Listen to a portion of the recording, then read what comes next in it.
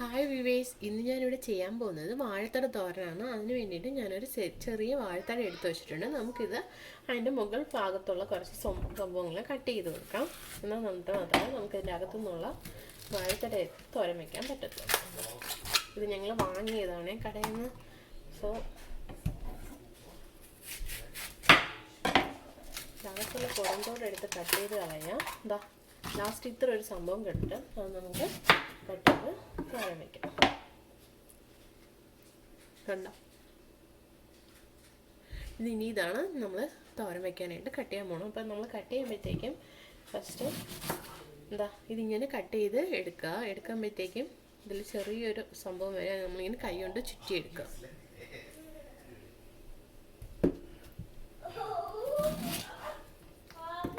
കണ്ടോ, ഇതിങ്ങനെ വരുന്ന നാര് ഇതിങ്ങനെ വരണ നാര് നമ്മൾ കയ്യിലിങ്ങനെ ചുറ്റി എടുക്കുക.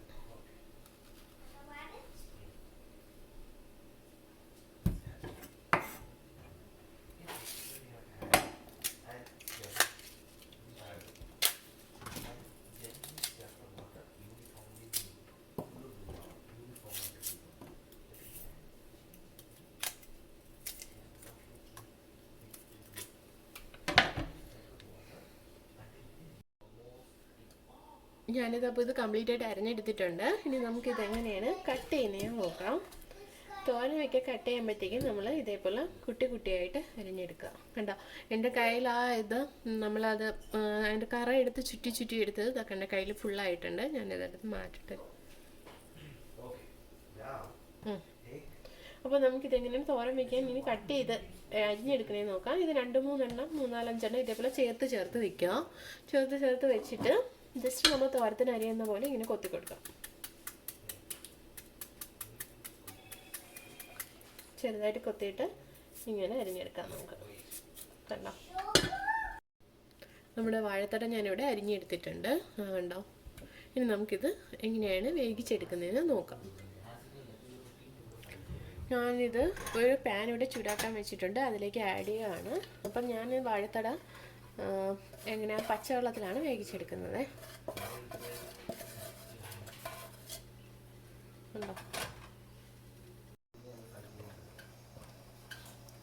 ഞാനിതിലേക്ക് ഇതിൽ 1 കപ്പ് വെള്ളം ആഡ് ചെയ്ത് കൊടുത്തിട്ടുണ്ട്. അപ്പം നമുക്കിനി ഇതിലേക്ക് ലേശം ഉപ്പും കൂടെ ആഡ് ചെയ്ത് കൊടുക്കാം. നമുക്കിതിലേക്ക് ലേശം സോൾട്ട് ഞാൻ ആഡ് ചെയ്യാണ്.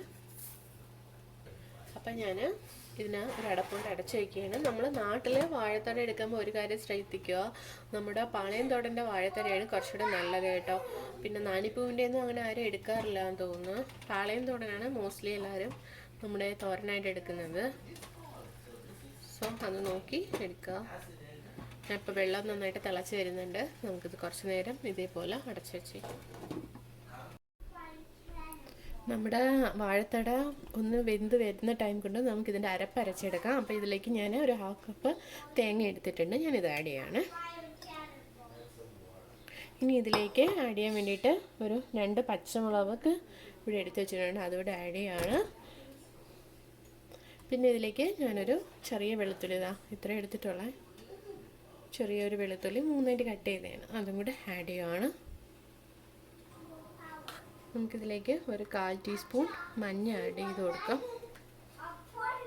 ഇതിലേക്ക് ഒരു 1/4 ടീസ്പൂൺ ജീരകം കൂടി ആഡ് ചെയ്യുകയാണ്. നമുക്കിതെല്ലാം കൂടെ മിക്സ് ചെയ്ത് അരച്ചെടുക്കാം. നമുക്കിതിലേക്ക് നമ്മൾ അരച്ചത് ആഡ് ചെയ്ത് കൊടുക്കാം.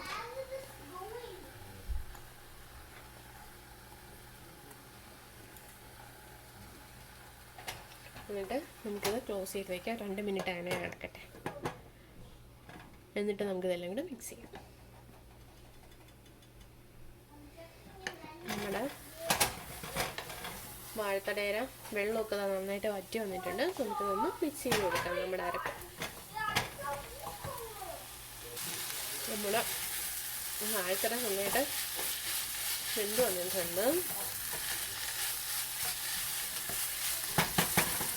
കുറച്ച് കൊടുക്കാം. എന്നിട്ട് അതൊന്ന് മിക്സായി വരുന്നതായിട്ട് അടച്ച് വെച്ച് കൊടുക്കാം. നമുക്ക് വേണമെങ്കിൽ ഇതിങ്ങനെ തന്നെ കഴിക്കാം. അല്ലാതെ ഇപ്പം എണ്ണോട്ട് യൂസ് ചെയ്തുകൂടാത്തവരൊക്കെ ഉണ്ട്. അപ്പോൾ അതൊക്കെ ആണെങ്കിൽ നമുക്ക് പച്ചവെള്ളത്തിൽ ഇതേപോലെ വേവിച്ച് എടുത്താൽ മതി. ഇങ്ങനെ ആഡ് ചെയ്ത് കൊടുത്ത് എടുത്താൽ മതി. അല്ലെങ്കിൽ ലേശം കറിവേപ്പിലയും കൂടെ ആഡ് ചെയ്തായി. ഇപ്പം ഞാനിവിടെ കുറച്ച് കടുക് വറുത്തിടുകയാണ്. നമ്മൾ കടുക് വറുക്കുന്നത് ഇവിടെ എങ്ങനെയാണെന്ന് നോക്കാം.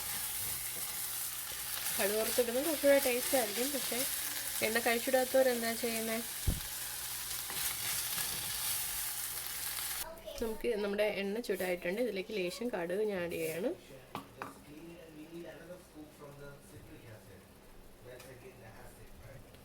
കടുക് പൊട്ടി തുടങ്ങിയിട്ടുണ്ട്.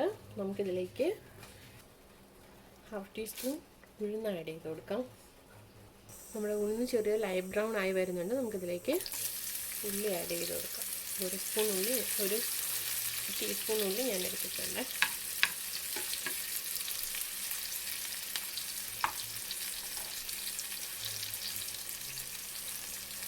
ഇതിലേക്ക് കുറച്ച് വറ്റൽമുളക്, കുറച്ച് കറിവേപ്പില ഇളക്കി കൊടുക്കും. നമ്മുടെ ഉള്ളിയെല്ലാം മൂട്ട് വരുന്നുണ്ട്. നമുക്കിതിന് നമ്മുടെ വാഴത്തട തോരനിലേക്ക് ആഡ് ചെയ്ത് കൊടുക്കാം. നമുക്കിത് നമ്മുടെ വാഴത്തട തോരനിലേക്ക് ആഡ് ചെയ്യുകയാണ് ഞാൻ.